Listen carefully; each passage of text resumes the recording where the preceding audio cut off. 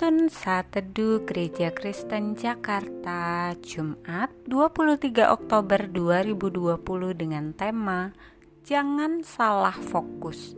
Firman Tuhan terambil dari Bilangan 14 ayat 1-10 berkata demikian. Lalu segenap umat itu mengeluarkan suara nyaring dan bangsa itu menangis pada malam itu.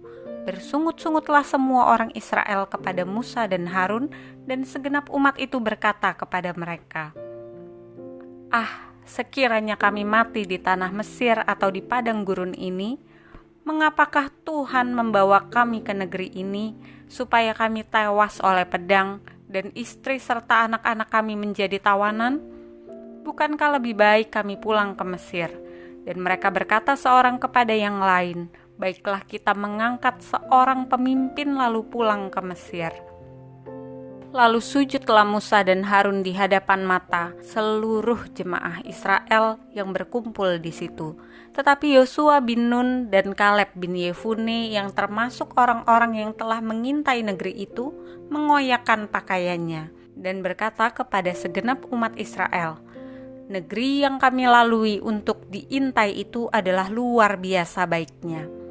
Jika Tuhan berkenan kepada kita, maka Ia akan membawa kita masuk ke negeri itu dan akan memberikannya kepada kita, suatu negeri yang berlimpah-limpah susu dan madunya.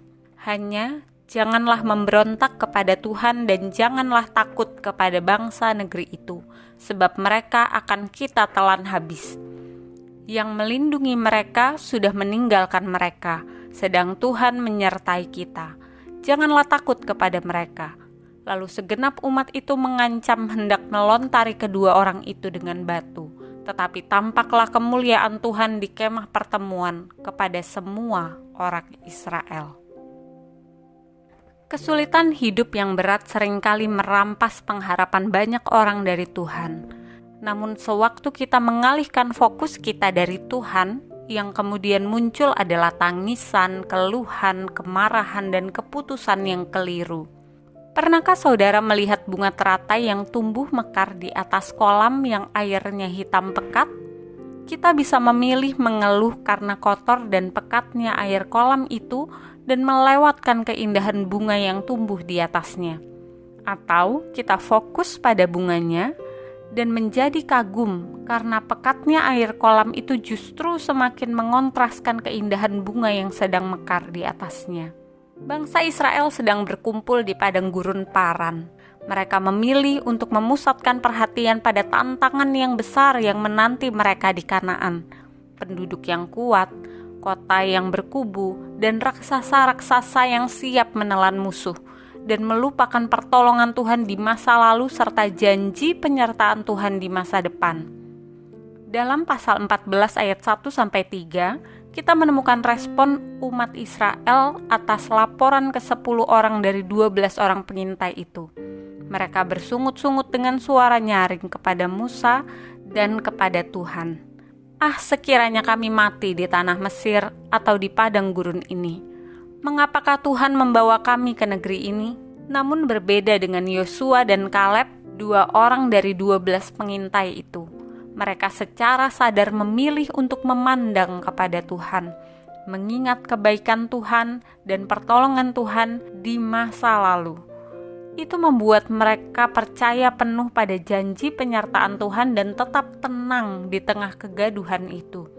Bahkan dengan mantap mereka berkata, janganlah takut kepada bangsa negeri itu, sebab mereka akan kita telan habis.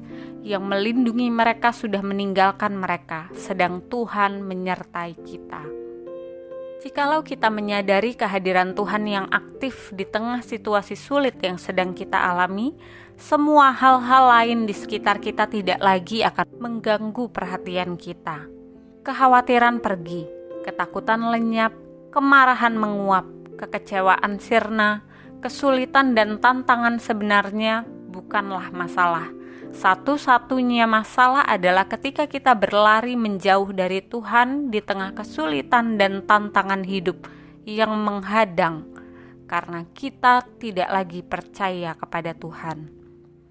Melalui perenungan pada hari ini kita bersama-sama belajar Melalui perenungan pada hari ini kita bersama-sama belajar, di saat kita menjauh dari Tuhan, di saat itu juga masalah datang mendekap kita.